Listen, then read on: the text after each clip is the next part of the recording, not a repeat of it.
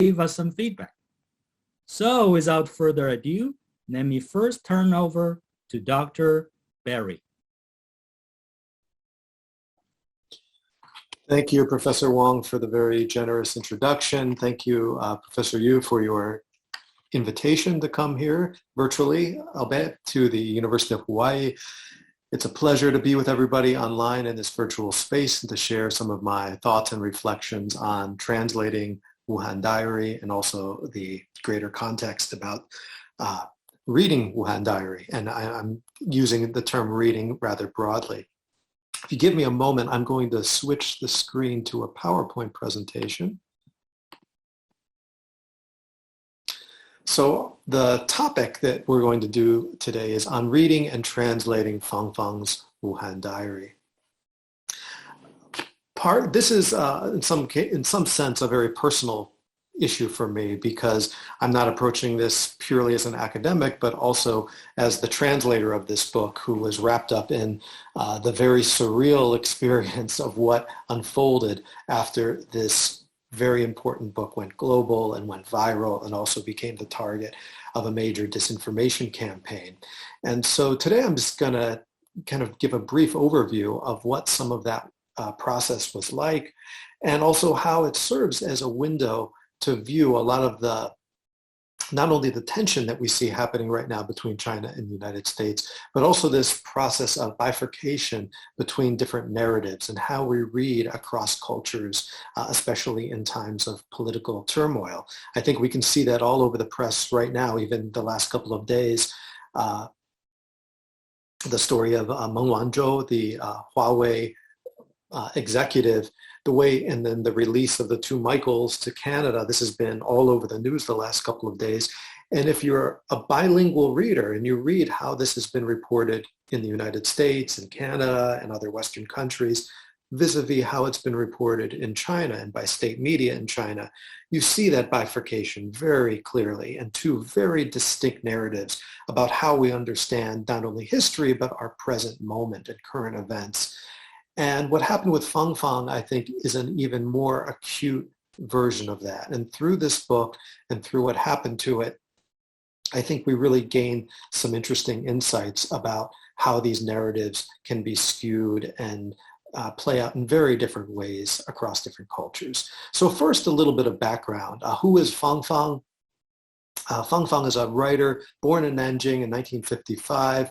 At the age of 2, her family moved to Wuhan, and she spent the rest of her life more or less based in Wuhan. And probably more so than almost any other contemporary Chinese writer, she is a writer very closely associated with the city of Wuhan. Most of her fiction is set in Wuhan. She's written nonfiction works, which are kind of cultural histories of the city. And so when you look across her body of work, there's a great affinity for this kind of homeland that she spent all of her time in. And even here, you see in the photo, she's holding up this sign, "我来自江湖." I come from the land of the rivers and lakes. Of course, Jianghu, rivers and lakes, is a kind of space referred to in a lot of martial arts fiction and refers to this outside space, kind of outside the mainstream. And I think this diary also provided a space kind of outside of what official narratives were doing. Of course, Jianghu, rivers and lakes, also is a direct reference to the city, Wuhan, which is a city surrounded by countless rivers and lakes. And so she's born in 1955. She began writing poetry in the mid-70s, and by the early 80s, Fang Fung starts to write fiction. She's extremely prolific. She has published dozens of novels, altogether more than 100 books of both fiction, nonfiction, essays, memoir. And she's a writer for most of her career that was in very good standing with the state. That is, she was a member of the Writers Association. In fact, for the last period of her official career, she was actually the chair of the Hubei Writers Association, a very high-level administrative position. And so she's the last person you would expect a narrative like this to maybe come from. And in fact, what the narrative is, I think, is often very much twisted and mischaracterized. And so I think I should talk a little bit about what this text, Wuhan Diary, really was.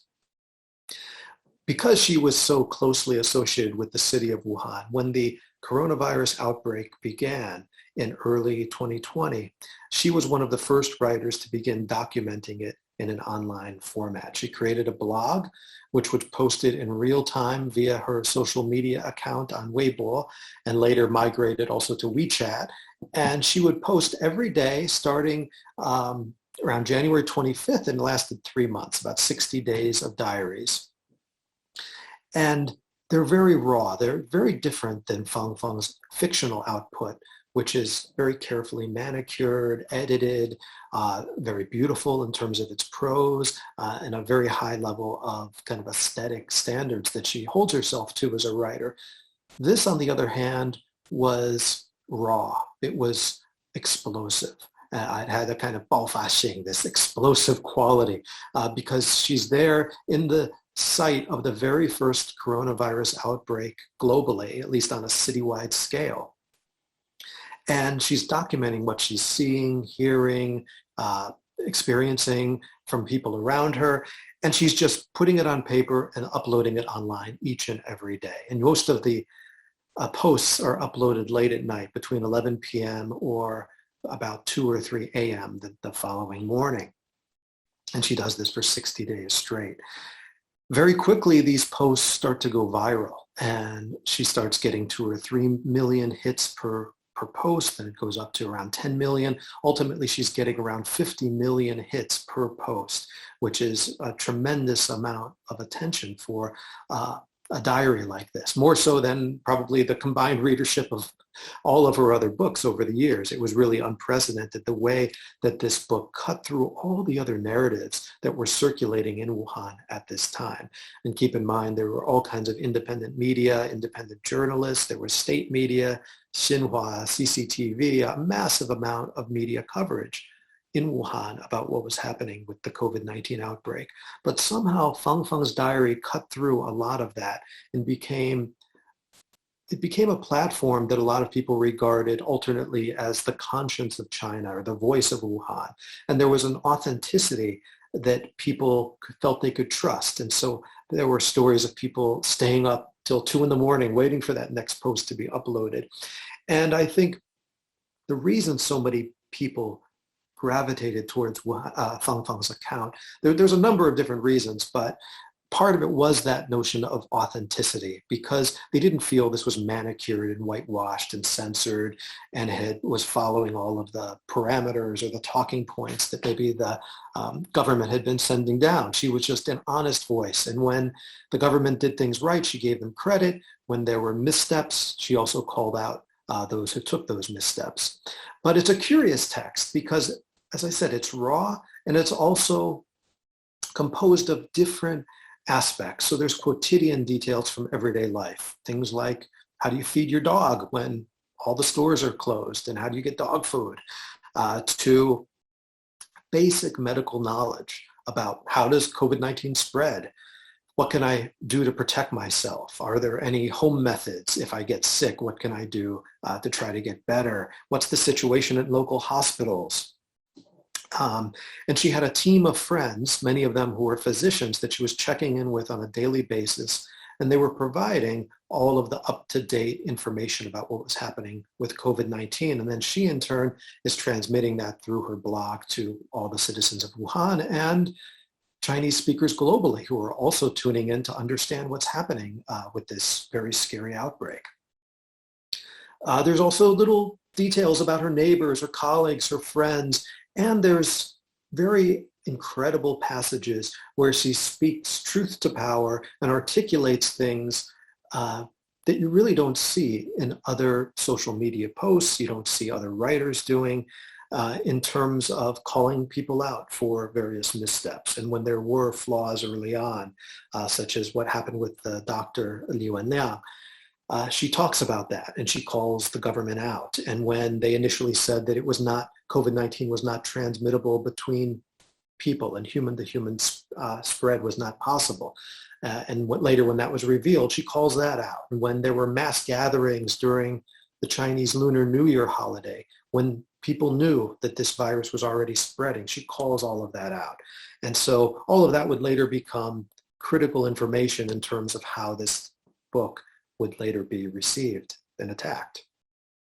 And so the novel spans roughly 60 days, and she had been the target of troll attacks for actually several years, but with Wuhan Diary, with more significant readership than she had ever had for her previous books. Those same trolls also found an ideal target because these trolls, it's like a parasite, and they need eyeballs, they need readers. And so that gave them an opportunity to strengthen and augment their attacks. And so I'm going to give you a very brief overview of how this, in some sense, a very honest and innocent account of what was happening during the first 60 days of the COVID-19 outbreak became politicized and twisted, and it became used as a political tool, and what that process was like. And so I'm going to structure this in the format of a couple of questions. I'm going to go through these very quickly, and I'll invite Professor Yue to, during our dialogue, if she wants me to go into more detail about any of these, I'm happy to break them down. But the first question is, how did a diary essentially spark a nationwide political debate? And I think there were a number of preconditions that needed to be present in order for that to happen. And one was the massive readership. When you've got well over 50 million people who are coming to this diary every day, that there was a crucial component of what happened. Another one was Fang Fung's repeated calls for accountability. Throughout the diary, when there were missteps, and most of these missteps occurred during the first 20 to 30 days of the COVID-19 outbreak in Hubei, Fang Fung calls them out and says those leaders that had made mistakes or told untruths or tried to who persecuted the so-called 8 whistleblowers, including Li Wenliang, all of those individuals should come forward, they should apologize, and they should accept the accountability. They should stand up for what they did. And then there's this history of ultra-leftist. Ultra-leftist is a term that Fang Fung uses throughout the diary to describe the groups that are attacking her. When we say ultra-leftist, this is different than the US notion of left and right politically. It's kind of the opposite. And so you could almost think of them as similar to the alt-right in America. Ultra-leftist refers to highly nationalistic individuals that often appropriate tools very similar to what was used during the Cultural Revolution in terms of language, in terms of the way they launch viral, in the cyberspace, they launch viral attacks. And they had been targeting Fang Fung since 2017, when she wrote a novel called Soft Burial. And if you really want to trace where all the controversy about Wuhan Diary came from, you need to look at that, because it's the same groups and the same individuals that first attacked Wuhan Diary. They're the same people that had attacked her in 2017. And so you can trace it all back to that incident. And then it's eventually leads to an unprecedented level of cyber attacks that play out on a variety of different levels.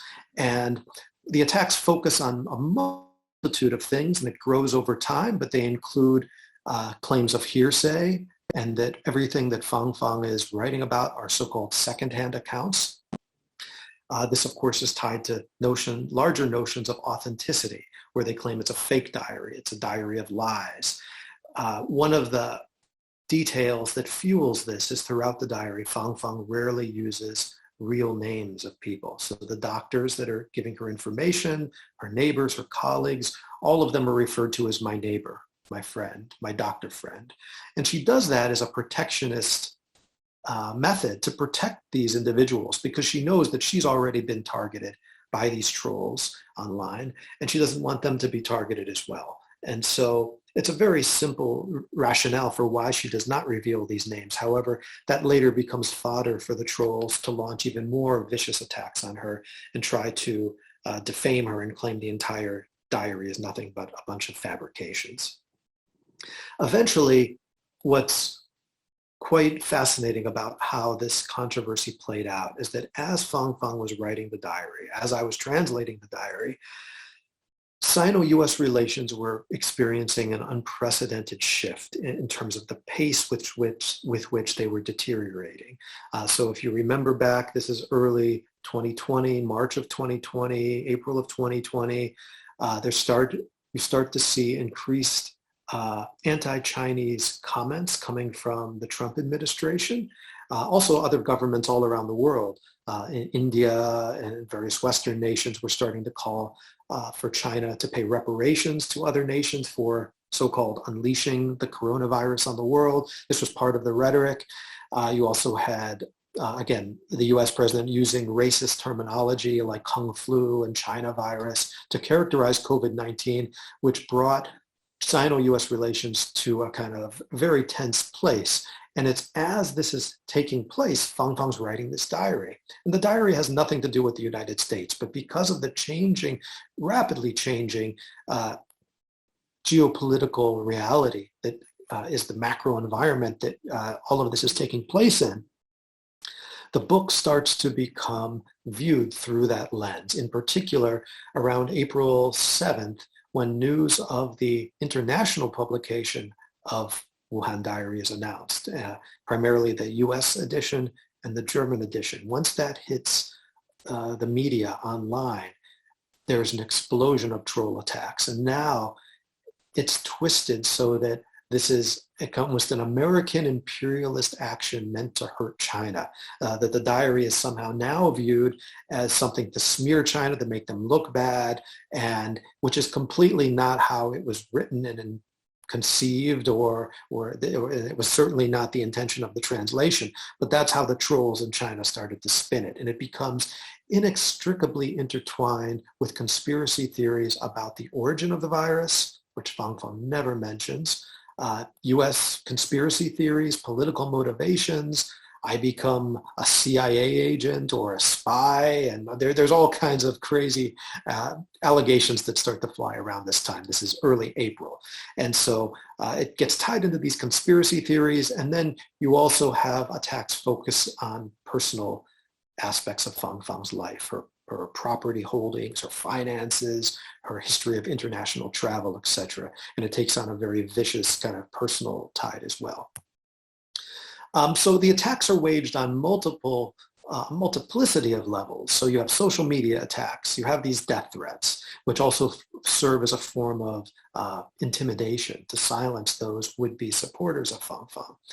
You have this disinformation campaign whereby troll postings that appear online are picked up by more official media sources, amplified, and then disseminated widely on the internet. And then pro-Fang Fang voices are labeled as fake news. If you've lived in the US over the last few years, that will all sound familiar, a familiar political playbook. And then you have the silencing of stories and individuals defending Fang Fang. You even have the employment of pop culture and academic culture to discredit Fang Fang. So you have academic monographs attacking Fang Fang, rap songs against her, and an inundation of parallel official narratives which tell the other story, the official story.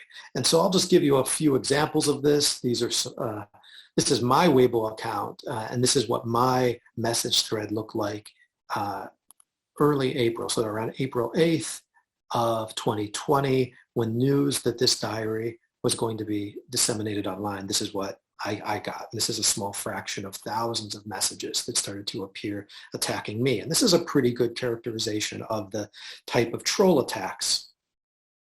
You also had, as I mentioned, academia was mobilized. And so you had these are academic style monographs, full-length books. They were published in ebook form. On the right is one by Feng Tran called Fang Fang Riji Pi Pan, so a criticism of Fang Fang's diary. And the other one is My Thoughts About Fang Fang Diary, Great Wuhan But Bad Diary by Fan Ren, which is clearly a euphemism for some anonymous author.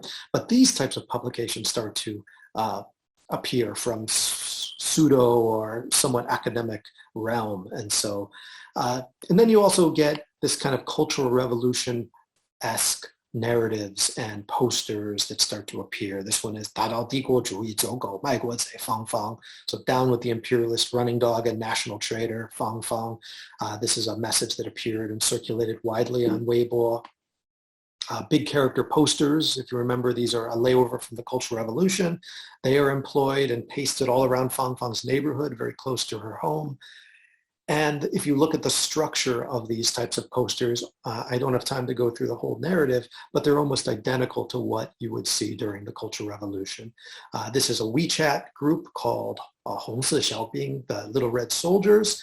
And this is a message that went out broadly that said, who will be next? Keep watching Fang Fung's Circle of Friends to find out. And what are they talking about? Who is going to be the next target? Who will be attacked next? And this alludes to the witch hunt, which was broadly staged and took down many people close to Fang Fung. When I say took down, there were various professors and academics who were targeted, subject to troll attacks, and in some cases, official investigations by their universities or places of work were launched. In the case of Professor Liang Yanping, she was actually stripped of teaching duties and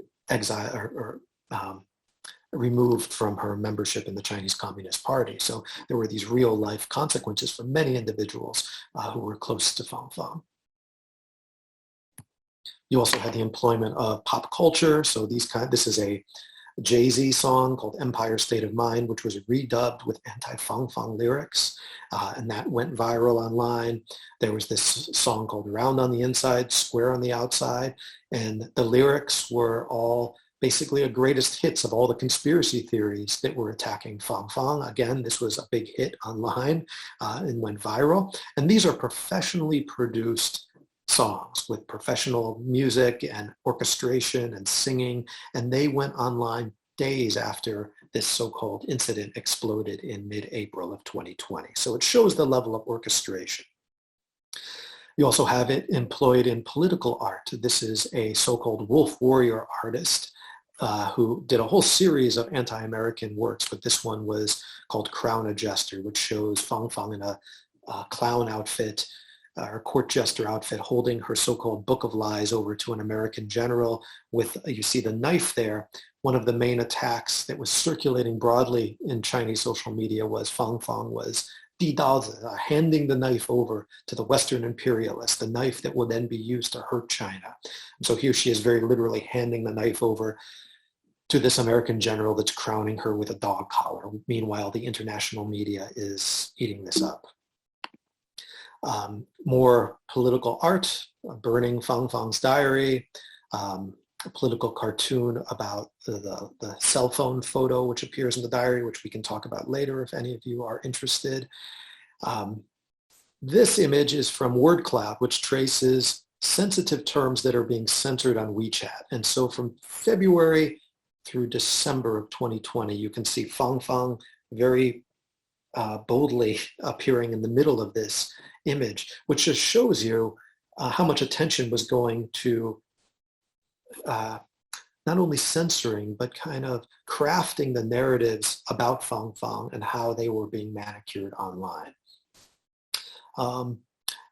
So I want to wrap this up quickly because I want to leave time for our dialogue. But the big question is why? Why was all of this happening around Fang Fung's diary? And the real question here is what was at stake? And I think there was a series of very crucial items that the Chinese government was navigating in real time, kind of flying blind as COVID-19 is expanding and they don't know where it's going. They're trying to figure all of this out. And part and parcel to that was the question of how do we narratize this? Who gets to tell the story? How do we tell the story? And what kind of story do we want to tell? How do we want to present to the world? What do we want the world to see about how China dealt with the Wuhan crisis that played out? And it took a little time for that narrative to evolve. But once it did, there were a series of very clear talking points about what was permitted, what was encouraged, what was the healthy, the 正能量, the positive energy, the kind of PC version to tell, and what was not the version that we wanted to tell. And Fang Fung's diary, because I think of these issues of accountability, and because she calls out missteps that occurred, and because she is so brutally honest about so many issues, some of which the powers that be may not have wanted her to be so honest about, this is deemed a kind of poisonous weed, and it's pushed out. And meanwhile, alternative narratives rise up to take its place. Also at stake was this shifting tectonic plates beneath our feet as this was being written. As I mentioned, Sino-US relations in particular were heading into an unprecedented place of tension.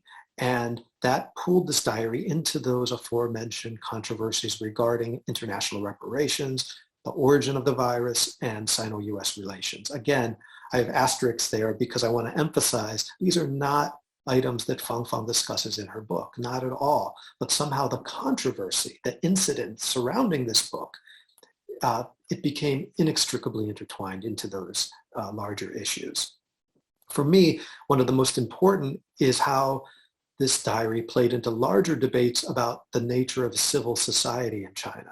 That is, what kind of society do we want? Do we want a society that's going to allow a retired writer to post a diary online, or one in which we all raise our fists and repeat the slogans that the party is telling us to shout? It's very clear where Fang Fang stands on that. In fact, in a few very impressive diary entries, she does something very brave where she calls to an end for all censorship. She says, censors, internet censors, let us speak. Let us get this off our chest. We're all stuck in our houses. We're locked down. We need to vent. People need to vent. Let us say what we want to say. And she has these open appeals to, at least temporarily, kind of take a more liberal attitude in terms of censorship in China. And she articulates that very strongly in the diary. And what happened was, I think one of the reasons that the diary became such a lightning rod for controversy and conversation was because it hinted at this separation, this split in society between two groups, a more liberal groups who want a society like that, a more transparent and open Chinese society where people can debate these kind of issues. They can post an online diary, and a more patriotic sect who are more loyal to the party and feel that no matter what the sacrifice, whether it be censoring yourself or limiting what kind of speech and conversations that you partake in, if it's for the betterment of the nation, you should do it. You should just make sacrifices so your nation can thrive. And those were the basic two camps. And there were families who weren't speaking to each other about these things. And so this was a book that became a lightning rod for these kind of issues in China. When it comes to reading the book, it eventually split into a full-on bifurcation. And this bifurcation hints not only at that civil society split in China between the more liberal and conservative groups, but also internationally there was a radical split. And I'm just going to go through this very quickly and then wrap up so we can bring Professor Yue in for the dialogue.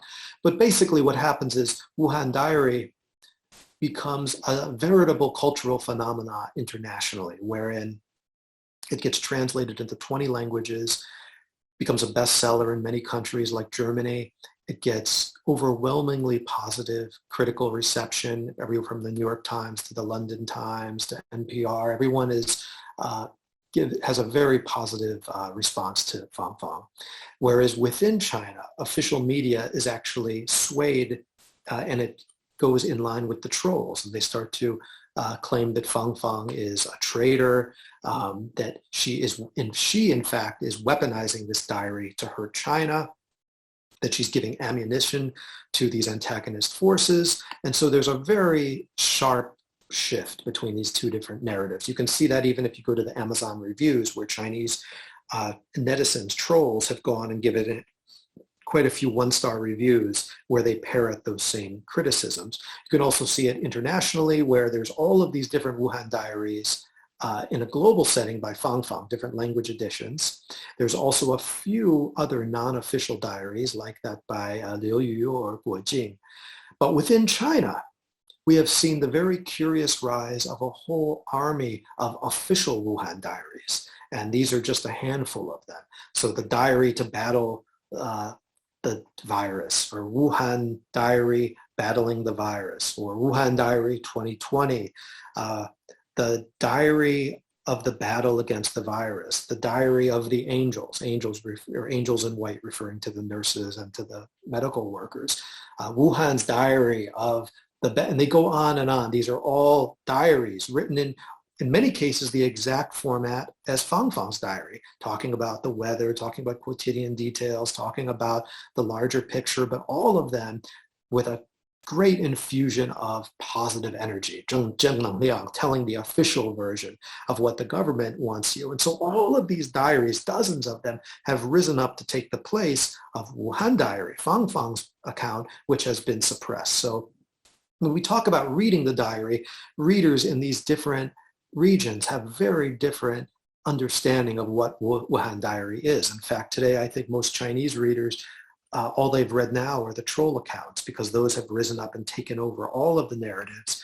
And that's kind of become the official take on what it was. And many can't even find the original entries. And you can see that this is one of the official diaries by Anian. And in the promotional material surrounding this book, it says, is this another Wuhan diary like Fang Fang's? This is the question some Chinese netizens posed after a young woman published her personal story about what her family experienced. However, compared to the controversy stirred by Wuhan Diary, which took a critical stance toward the lockdown, the book Wuhan, Anian's diary projects warmth, empathy, and optimism, giving hope to many Chinese readers wrestling with the bitterness of life. And that right there gives you a pretty clear sense of the dichotomy between these different versions. And there are many different positive diaries. If you read Wuhan Diary and really read it cover to cover, I think you'll find it's actually a love letter to this city that Fang Fang lived her almost entire life in during its darkest hour, and providing kind of solace and inspiration and hope, and also a portal for anger when she saw injustice. However, over time, within the Chinese context, it's been read in a very different way, and it's been twisted. And I'm looking at the time and realizing I should probably maybe pause here, but that just gives you a short snapshot of the different ways in which this book has been read, both within China and globally. And I look forward to engaging with Professor Yue to talk a little more about this book and the curious phenomena surrounding it. Thank you. Many thanks to Professor Barry for your very informative presentation. And now we would invite Professor Yue to join the conversation. Okay, well, first of all, I'd like to thank Professor Barry for joining us today from UCLA and for his lucid presentation just now. But first and foremost, to thank him for deciding to actually translate Fang Fang's Wuhan Diary into English, and thereby making it available to an audience outside China. For those of you who joined us late or don't know, the English version was published by Harper-Collins in November 20 and released November 24th. Is that correct? 2020? Is that correct? Yes. It was published as an ebook in May 2020 and hardback November 2020. Yes. Okay. And I would strongly encourage the audience to read it yourself, the English version in its entirety, rather than relying on bits and pieces and news report before you make up your mind about this whole book and the translation project. However, I think it's also important to mention, right, and Professor Barry can confirm it, that there is, of course, up to date, no Chinese book version of Wuhan Diary available. And even though the original postings can be found in bits and pieces on other Chinese platforms, they are not preserved in its original appearance, which was, postings on Weibo or WeChat, and where Fang Fang also received comments and very often also responded to these comments and then worked it into her next postings or entry, right? Okay, so since today's title of our panel is Reading and Translating Fang Fang Wuhan's Diary, I like to focus on Professor Barry's process of encountering and engaging with Fang Fang's original text, right? Which, as he mentioned already, began as occasional internet postings on the Chinese social media platform and Weibo and WeChat. So my first question has to do with actually reconstructing the timeline in order to really understand how this translation process came about, right? So in the afterword to the English version that you wrote, you mentioned that you were actually already in touch with Fang Fang because you began to translate her Soft Burial, and you also mentioned just now in your presentation, in 2019, right? And the book was published in 2017. And it had already received the same kind of internet or cyberbullying or hate mail, right, that later on Wuhan Diary attracted. So you were already in touch with her. You were working on this translation project of Soft Burial. And then the coronavirus broke out. And then you contacted Fang Fang and texted her out of concern, right? But actually you mentioned in the afterwards, she never mentioned a word about writing this Wuhan Diary, which she had already begun posting, right? And even though you had seen postings on your own Weibo account, you actually didn't realize initially what an impact it was going to have. Right? And then in an interview you gave in World Literature for World Literature Today on March 21 in 2021, you mentioned that in early February 20, you had contact, or you were talking to your former Harvard advisor professor, and he mentioned to you that you should take a closer look. And it was only after that that you almost immediately decided to put Soft Burial aside and then start on translating the postings. So you immediately contacted Fang Fang and asked her if she was comfortable with that, right? So I think that's the timeline. Mm-hmm. So I was wondering if you could elaborate for us a bit more. What exactly was it that you actually read in Fang Fang's early posting up until that point, which was early February, right? And none of the internet hate mail and none of her explicit mentioning about accountability had yet surfaced. Right. So what was it up until that point that caught your eye and convinced you to translate the postings and then turn it actually into a book project, which actually makes for a very, very different reading experience in English, right? Compared to reading it on the internet and reading all the comments. And as you say, bits and pieces were there, right? So what exactly was it that caught your attention and eye at that early point, or what you had read, which was just about a month into she had started postings? Or perhaps it was, your decision to translate it had more to do with the overall situation of COVID, or the promise, no matter how vague at this point, of what would become eventually of Fang Fang's postings. Yeah, thank you for such a rich question. All those details of the timeline that you provided are pretty accurate. And so I had known Fang Fang from our collaboration of Soft Burial. And when COVID broke out, I knew that she was in Wuhan, and I would text her from time to time to check in how she was doing. And she never mentioned that this diary. And as you said, I would scroll through Weibo and I would see she would be posting things. But the way Weibo functions, you only see the first 3 or 4 lines, and you have to click for it to open up and read the whole thing. So I would skim through a little bit, but I didn't read them in any great detail early on. But I was closely following the news of the COVID-19 outbreak and reading all the official news sources that everyone else does, whether it be CNN or Xinhua or CCTV, wherever I could get information, I was following it. But as you know, in official news sources, there's a limit to what they can do in 500 words or 1,000 words or a 2-minute little blurb, kind of a little short video segment. And when I did sit down and start to read Fang Fang's entries, I was immediately there was something about them that grabbed me, because it was able to portray what was happening in a very human perspective. And you got a sense of the human toll it was taking on people, not just in terms of the illness and death, but the isolation and the loneliness and the uncertainty. And I think we all have to remind ourselves, back at this time, the whole world is flying blind. Nobody knows how contagious COVID-19 is, what are the exact symptoms, how transmissible it is, what are your chances of recovering if you get sick. We were all figuring this out, and Fang Fang was figuring this out. And she had this team of doctors that was helping her and providing this really interesting and valuable information. And so all of that, and I mentioned earlier the explosive quality. There was a rawness and a kind of urgency to the postings that she was writing that really grabbed me and made me feel this is the account that people need to read if they really want to understand what's happening in China. And that sense of wanting to get it out there to a wider audience was very much informed by the lack of response I was seeing here in the United States. Because as someone who works in Chinese studies, you know, I was very much attuned to what was the news coming out of China. My grad students were. I had one grad student who was actively raising money to buy PPE and send it back to China. I think a lot of us in China, I had students starting to wear face masks here at UCLA very early, like in February of 2020. But when I spoke to members of the broader US population, people were just in a cloud as if nothing was happening and there was no risk it was coming here. And everything I was reading about its transmissibility and especially the incubation period, which was estimated to be 2 to 3 weeks, was telling me that it's probably already here. We just haven't diagnosed those cases yet. And there was a very scary, ominous feeling that something terrible was coming.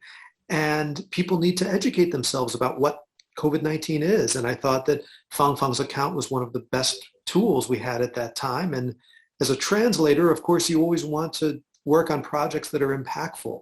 And it felt like this was a work of the moment, of the time that spoke to this kind of unfolding crisis. And I don't think any of us could have comprehended what would eventually come with COVID-19 in the last 18 months. Right. That was the very beginning. But even at that early stage, I sensed that this was an important story that needed to be told. And so that's when I texted Fang Fung and said, why don't we put soft burial aside and do this? And she actually said no. Yeah, okay. So that's the next question I actually wanted to get into, right? So in the world literature interview that you gave, and I mentioned earlier, right, that you said then you asked Fang Fung if she was comfortable, and she actually said no, right? And she said the diary was not complete, and the coronavirus had just broken out, and it was still ongoing, and she just thought that it was premature, right? And she actually said, so let's just think about it and come back to that. So that's how it began. Yeah. And yet here we are and have your wonderful English translation, right?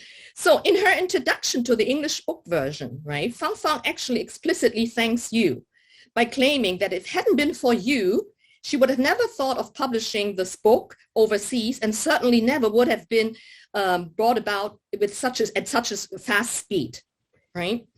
But then she also repeatedly says in her postings that she had no intention of writing a diary, right? And even, and that this is that she had no intention of publishing it, or that she even thought about her postings as a form of diary, right? So, for example, on January 25, she mentioned she was contacted by her editor from the journal Harvest, who suggested that she should write a diary, and he actually suggested the title Notes from a Quarantine City.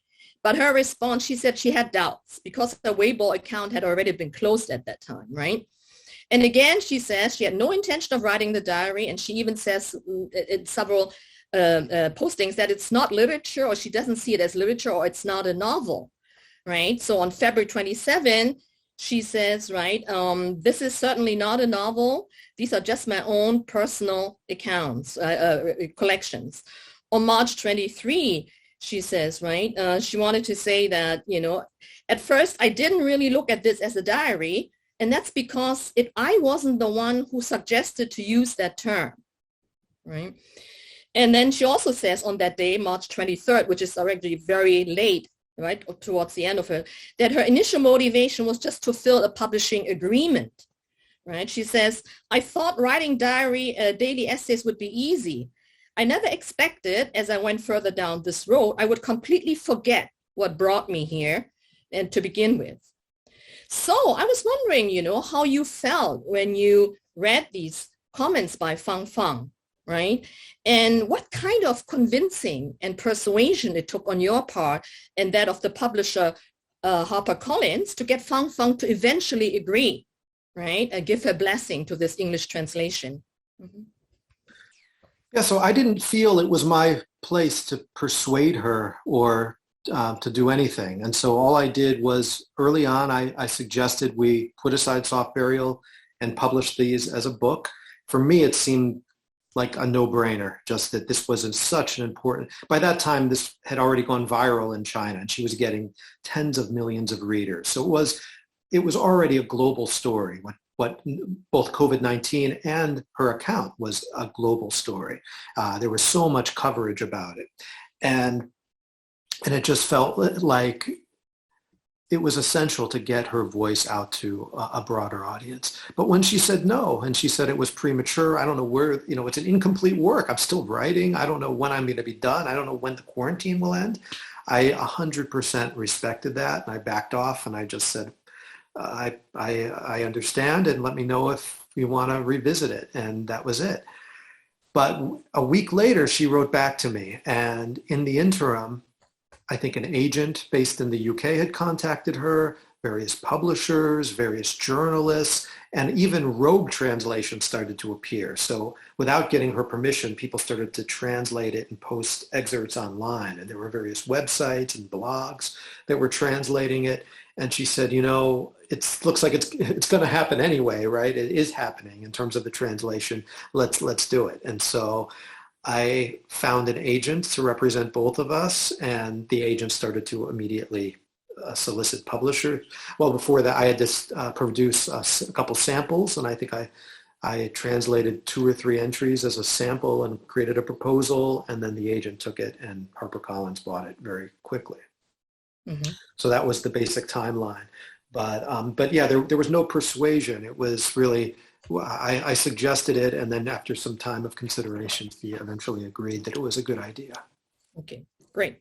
So let's talk about the translation process, right? I think this is a fascinating translation process you engaged in, because it was very unlike a conventional translation process. Not only did you have direct access or the privilege of communicating with Fang Fung daily, and you mentioned somewhere in an interview I read that you were having three hours teleconferencing with her and your publisher every day, and then you started to write, right? So you had that privilege of communicating with her directly, but this whole process was also a translation process in real time, right? So while Fang Fang was still continuing to write, that is, you started translating on February 25th, a month after she had already posted, right? And then at that point, the cyberbullying and the hate myth had not yet started. So can you talk a little bit more about this whole process of both being simultaneous with the author, but also lagging behind 1 month? For example, when you were translating the earlier entries, right? Once you agreed after February 25, you're going to do it. You obviously had to start with January 25, but she was already a month behind, right? So were you simultaneously reading Fang Fang's current daily postings? Were you reading that as well? Or did you not read it? Did you just start from January, right? And then, of course, what were the 3 hours daily conferencing with you and Fang Fang and the editors? What were they about?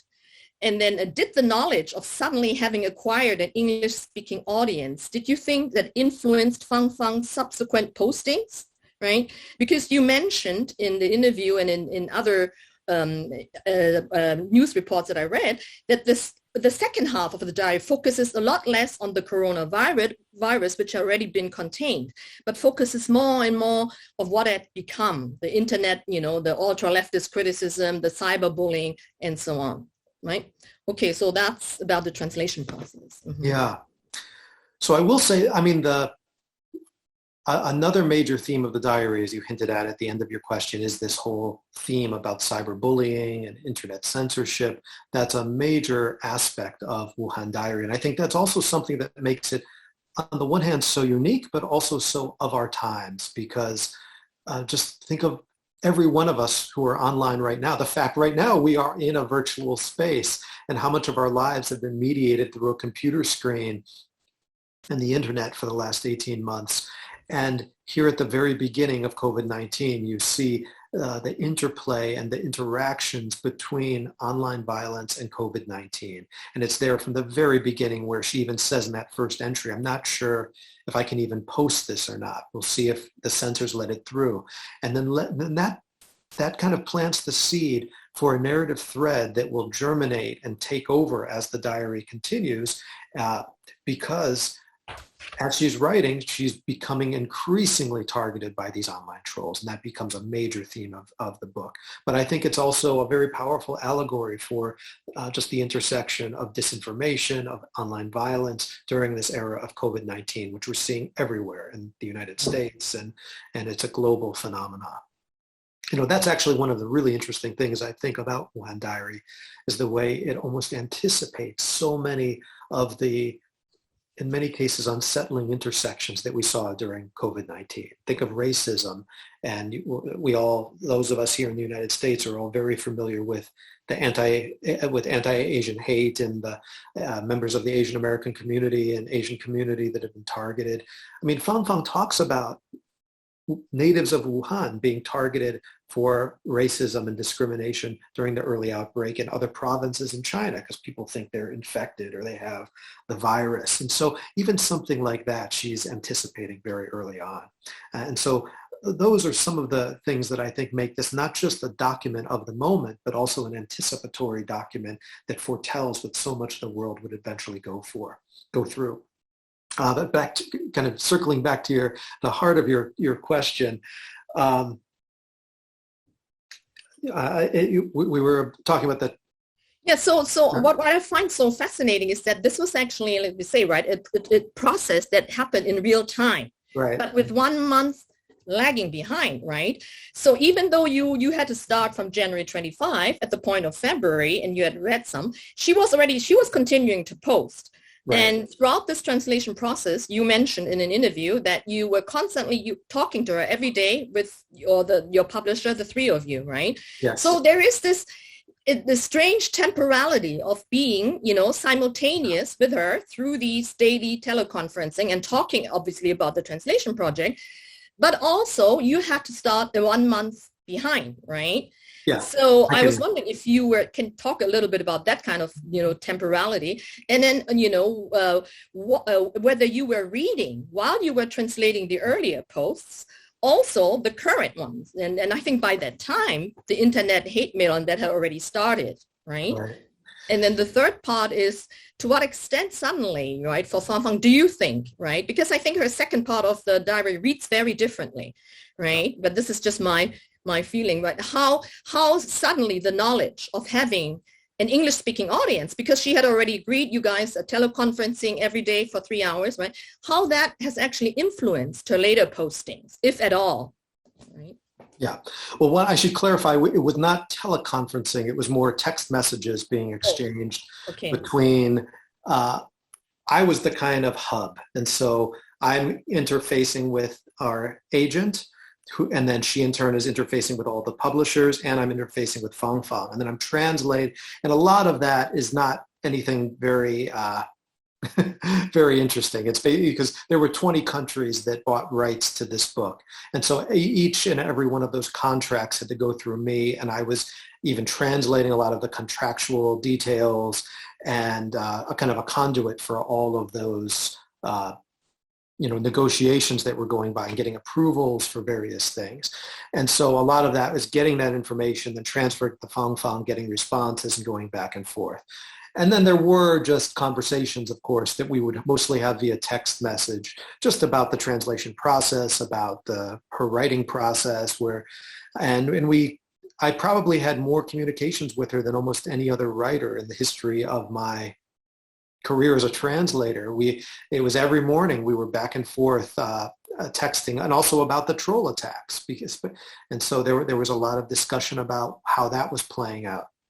And so there was very deep kind of collaborative type of a feeling when we were working on this, and a deep sense of camaraderie that we were going through a lot of the similar things. And indeed, there was also this sense of living in multiple temporalities, because Los Angeles was a step behind Wuhan in terms of the outbreak. It was Wuhan, Italy, New York, and then not too long after, Los Angeles became the epicenter. The epicenter shifted. And so when we began, I don't think there was a single confirmed case in Los Angeles County when this translation project began. But by the end, it was basically the epicenter. And she was in quarantine and I wasn't in quarantine. By the end, she was out of quarantine and I was in quarantine. It began with her getting all these viral attacks. And by the end, I'm getting the viral troll attacks. And so it really felt like I was vicariously or belatedly experiencing a lot of the things that she had been experiencing. And there was also a sense that an uncanny sense that I'm translating words that were written a month in the past, or in some cases 3 weeks or 2 weeks in the past, and yet they're very much foretelling what we are about to be experiencing here in Los Angeles or in all kinds of cities all over the world. And so there was this sense of fractured temporalities, and I was almost getting looking into a crystal ball and seeing all of these strange realities that, whether it be face masks and health QR codes. I mean, this morning I dropped my kids off at school and I had to download the health QR code for them to be scanned. The first time I heard about health QR codes was in Fang Fang's diary. And now we're all very much living in this kind of COVID dystopian world and this is an incredible snapshot of the beginning of all of that. And so, but I was not reading what she was writing on a daily basis. I started a month behind, but I was translating more than she was writing. So I was catching up to her. And so I started a month behind, but then I finished just a few weeks after she finished. I think 2 weeks after she finished, I completed the translation. So I was getting closer and closer. But as I was kind of catching up, her entries were actually getting longer and longer. And so her latter entries are on average about double the length of the earlier entries. And also we didn't have a clear-cut endpoint. Usually when you translate a book, you have a fixed text and the beginning, middle, and end. You can anticipate when this project will come to completion. She didn't even know how long it was going to go. And in fact, she changed the length of it multiple times. At first it was going to be, I think, 30 days, then 40 days, then 60 days. At one point it was going to be until the lockdown ends. Whenever the lockdown ends, that's when I will stop writing. She actually ended it a bit prematurely because I think the lockdown extended 73 days and the diary is 60 days. But by the end of that 60 days, COVID-19 had largely been contained. That said, although she ended the diary, she continued a new series of online essays called 关于, or about, where she tried to explain all of these a lot of it was targeting the trolls and basically trying to dispel the conspiracy theories and the hearsay and lies that had been circulating. And so she wrote this series of essays called About, which in some sense is almost a sequel or an extension of the diary proper. The later one, so since her Weibo account was closed, right, and she sent it to the WeChat, was that how you saw how you had access to the postings, that you also accessed that WeChat account by this Chinese-American writer? Is that how you got it? Or did she send you the postings directly? Mm-hmm. Initially, I just read some of the posts that were available still on Weibo. And also besides her account on Weibo, they had gone viral. And so people would cut and paste them and forward them. There were PDF versions. There were meme versions. There were all kinds of iterations. There were quotes from her diary that were just being circulated everywhere online, paired with different images and GIF kind of motion images. And so it really had taken on a life of its own. But I had read a few of her Weibo posts, and then I asked her if she had a full text, and she sent me a PDF version of a compendium of everything that had been uploaded up until that point. And then that's what I used as my master text when I was translating. Okay, so one more question before we open the floor to the audience. This is about, her reaction and your reaction to the cyberbullying and to this hate mail, right? So and you mentioned it earlier, and a lot of US news reports also mentioned that the hate mail and cyberbullying started with the pre-publication promotion announcement of Wuhan Diary on Amazon, which was on April 8th, right? And it announced the publication date of Wuhan Diary as June 4th, which of course is a sensitive date because it invokes the 1989 Tiananmen incident, right? And also the original announcement actually advertised this book as dispatches from the epicenter. And I think this phrase epicenter actually appears a couple of times in the English version, right? So I assume that's also something that Fang Fang used in the Chinese. But then subsequently, the title was changed to dispatches from the quarantine city, right? So, and then unfortunately, both you also became a target of these hate mails, right? And cyberbullying. So in a recent article by Yang Guobing, right, on online lockdown diaries as an endurance act, he makes this very astute observation that there's something ephemeral about the web because things don't stay, they disappear, right? And that the flip side of that is the unforeseen consequences of virality. And the hate mail and cyberbullying that both you and Fang Fung received are actually cases in point, right? What I find interesting, though, in Fang Fung is her reaction to that. And I would also like to hear your reaction, because she writes on March 4th, when it had started, that she began writing this diary, and she saw people posting stuff on WeChat and attacking her. She felt very uncomfortable, right? She mentions that on March 4th. And then on March 10th, though, she gave an interview for the Poets, Arts, and Literature Review. And there she says, I never let it get to me, because they ask her, how are you dealing with all this hate mail and cyberbullying? And she says, I never let it get to me. What's there to be scared of? I suppose they are the ones who are scared of me, And then she says, as for written polemics, as a professional writer, I live by the pen. So what is there to fear, right? And then she reiterates a similar point on March 16, right? That she says, she was left a little bit numb by then by all this negative criticism, but she decided actually to delete it and have it removed. But then she thought it was better to leave it there for the majority of people to see, right? So they can judge for themselves, right? She says, maybe it's not a bad idea to leave their ridiculous attacks and comments online for everyone to see, right? So, I find that very, very feisty and actually very interesting on her, right? Even though nobody welcomes that, but she actually mentions a couple of, and she's not afraid, and she's good. And I think at some point she even says, I'm glad they did it, because they gave me, they edged me on to write this diary, right? So I was wondering, right, about your reaction to all this cyber hate mail and bullying, and particularly because you have become a target as well.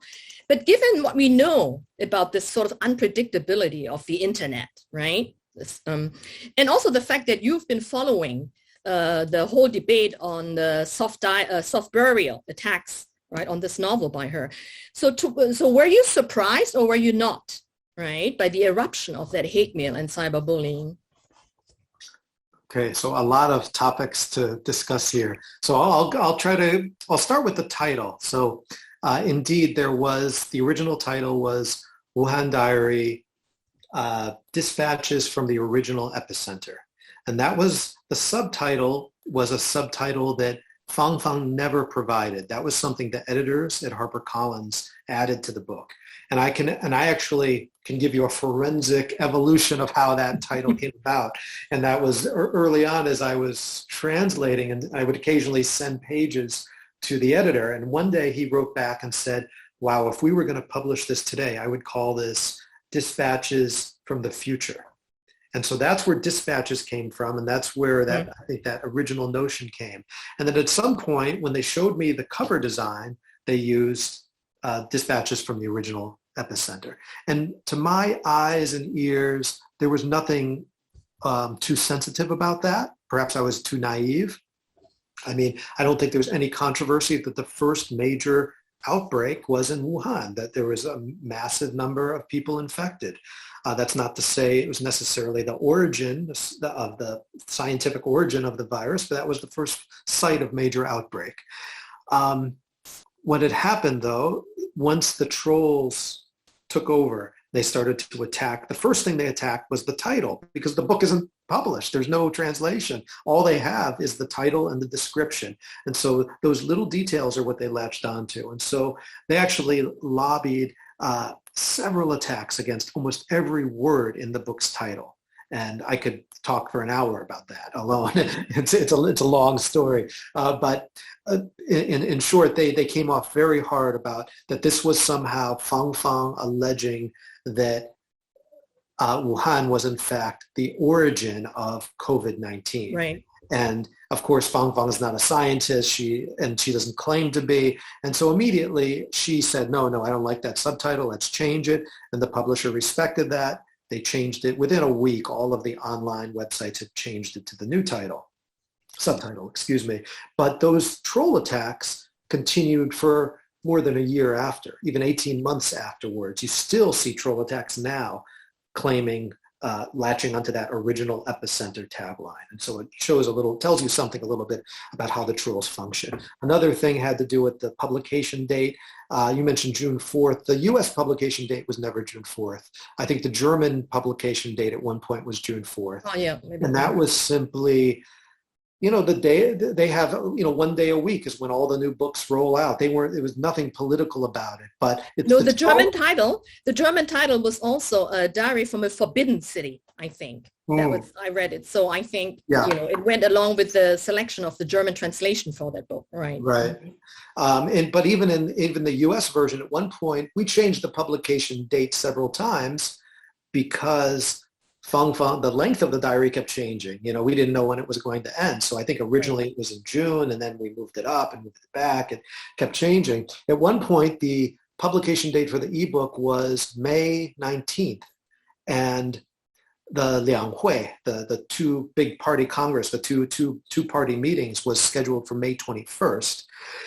And the trolls started to attack the book and saying, this is a bomb created by the US government and the CIA that's being lobbed into the Lianghui to blow up to sabotage our government meetings, which was the most ridiculous thing you could ever imagine. I mean, the editors at Harper-Collins had probably never even heard of Lianghui. It's not something even on their radar, but that shows you the level of political sensitivity that was through which this book and its publication was looked at. So we actually moved the publication date up a couple days to May 15th to try to avoid any appearance that this was in any way connected to some kind of political meeting. Okay. But there was a lot of these controversies surrounding publication dates. Everything about the book was controversial at that early stage.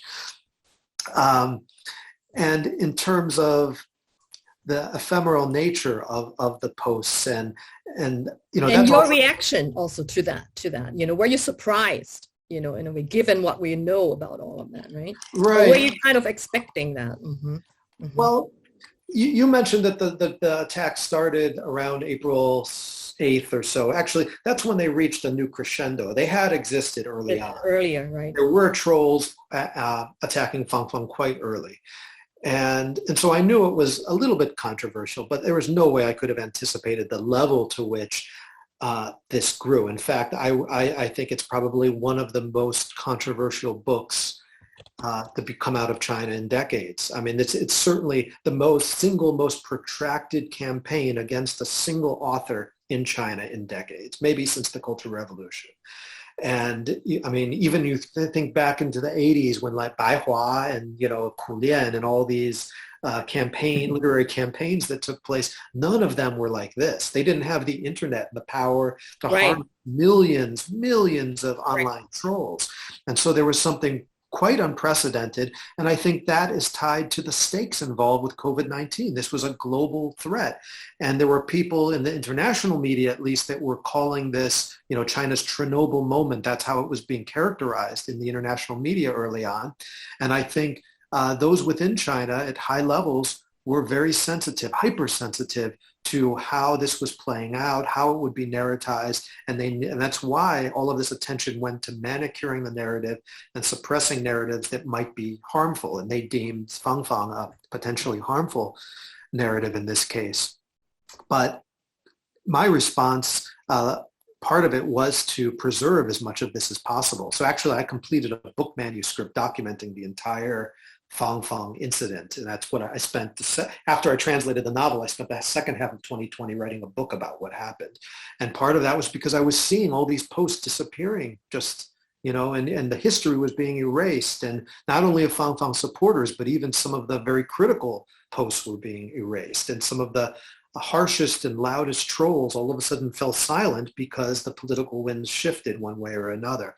And I just felt it incumbent on myself to take a lesson from Fang Fang's playbook, how important it was to document this and to bear witness to this moment of utter absurdity. And even when she talks about leaving her message thread alone as a kind of museum to this history of absurdity, I did the same thing. And when the trolls came to my page, at first I did shut off all my comments so they couldn't attack. And then I thought to what Fang Fung did, and I said, no, this should be preserved, and we should remember what this looks like. And so not only did I preserve it there, but then I actually started to write about this and wrote a whole a manuscript kind of documenting what had happened. And I think it's important to document that and to Right. and like I said, it's not just about China, but it's also because this incident is so instructive for what we've seen happen globally with the intersection of COVID-19, disinformation, hate speech, political extremism. Look at Trump's America. I think in many ways it's a twisted mirror of what we saw in the Fang Fung incident. And I don't think America is immune from any of this. And we talked about Fang Fung's diary not being available in China. It basically was banned. Think of how many books the former president in the U.S. tried to ban or suppress. Right. You know, his niece's memoir. I mean, it goes on and on. And so even in fairly liberal democratic societies, these are still very scary threats that we're all facing. Right. And I thought that what happened with this Fang Fung incident was an incredibly powerful and illustrative window to look at a lot of the twisted political realities that were playing out during the age of COVID-19. Okay, great. Thank you so much. We do have a couple of audience questions, and Wang Shen will moderate that part. Mm-hmm. Okay, great. Thank you both. We have to, I wish we have more time to continue the conversation, but we do have to move into the question and answer session now. The first question I received is, from Professor Jian Zhou. He was wondering, how did the accelerated process of translation affected your work, your translation of this book? I mean, in terms of quality, I don't think there was, I didn't compromise quality at all. I had to work extra hard, and I was working sometimes 10 hours a day, 12 hours a day, getting up, staying up late, getting up before dawn. And there were certain challenges, even physically, just in terms of my hands, my tendons, the muscles in my body, in terms of the extended amount of time on the computer, my eyes. So it affected me like that. And it affected me towards the end emotionally when the trolls started. And that really functions as a kind of psychological terrorism. And that does bring a level of challenge to trying to maintain focus under a type of pressure that I've never experienced, and I don't think I could ever conceive what it was like. Even early on, I saw what Fang Fung was going through, and I tried to be empathetic and understanding and thought I had some sense of what it was like. But until it comes to your doorstep, there's really no way to understand what it's like to turn on your computer and get, hundreds and thousands of messages of people threatening to kill you and telling you to drop dead and threatening your family and your children. And there's a level of, like I said, psychological terrorism that certainly affects you. But I had to just, focus and kind of push it aside and try to do what I needed to do to finish this task. There was an interesting facet of the translation, was that among the various attacks and threats, one line that was circulating widely online was that they would use the translation to discredit the book, that they would find inaccuracies and errors in the translation and use that, leverage that to show that the book itself is inaccurate, and to maybe even get the copyright pulled out. There was a whole conspiracy about trying to do this, and I saw memos to this effect. And so that made me hypersensitive to err on the side of literalism as opposed to more free translation, because I had to make sure it was airtight in terms of accuracy and as close to the spirit of the original as possible. And so there were little details where, in terms of readability, I probably would have made certain adjustments, but I knew that even that tiny adjustment could open this up to more attacks. And so then even though it sounded a little more wordy or awkward, I would leave that extra adjective in, or I would leave that extra word in the sentence, even though, like, just to give you a concrete example, Fang Fung has a foreword to the book, which is called, the virus is the common enemy of humankind. I thought it sounds a lot better to just say the virus is the common enemy and drop humankind. It still appears in the text proper. So when you read the essay, you get the context. It's talking about humankind. But for the title, I thought about dropping humankind. But eventually I erred on the side of keeping it in. Even though it sounds more clunky, it's closer to the original. And because even something like that could be a target, that's the kind of example of erring more towards literalism as opposed to a freer translation style. And so it was kind of incumbent upon me to take that approach given the nature of these attacks. But yeah, it was a trial in stamina and working 7 days a week, roughly about 5,000 words a day I was translating throughout the course of the translation period. Great. We received a couple of questions about asking why Fang Fang, even though she was criticized, but was not officially punished by the government, and they wonder why. Do you have any insights on that? Well, punished is a relative term. I think she was punished in that she was subjected to the single most protracted hate campaign against a writer in decades. And so if that's not punishment, I don't know what is. She had bricks thrown into the courtyard where she lives. There were big character posters calling upon people to kill her. One of China's most famous Tai Chi masters who went online and made a viral video calling for other martial artists in Wuhan to track her down and bring her the justice and kill her. I mean, you had these kind of threats. You had her daughter's name and address leaked online, and then her daughter was subjected to these kind of attacks. Friends around her lost their jobs. She hasn't been able to publish a book in China since this happened. All of these are forms of kind of disciplinary action.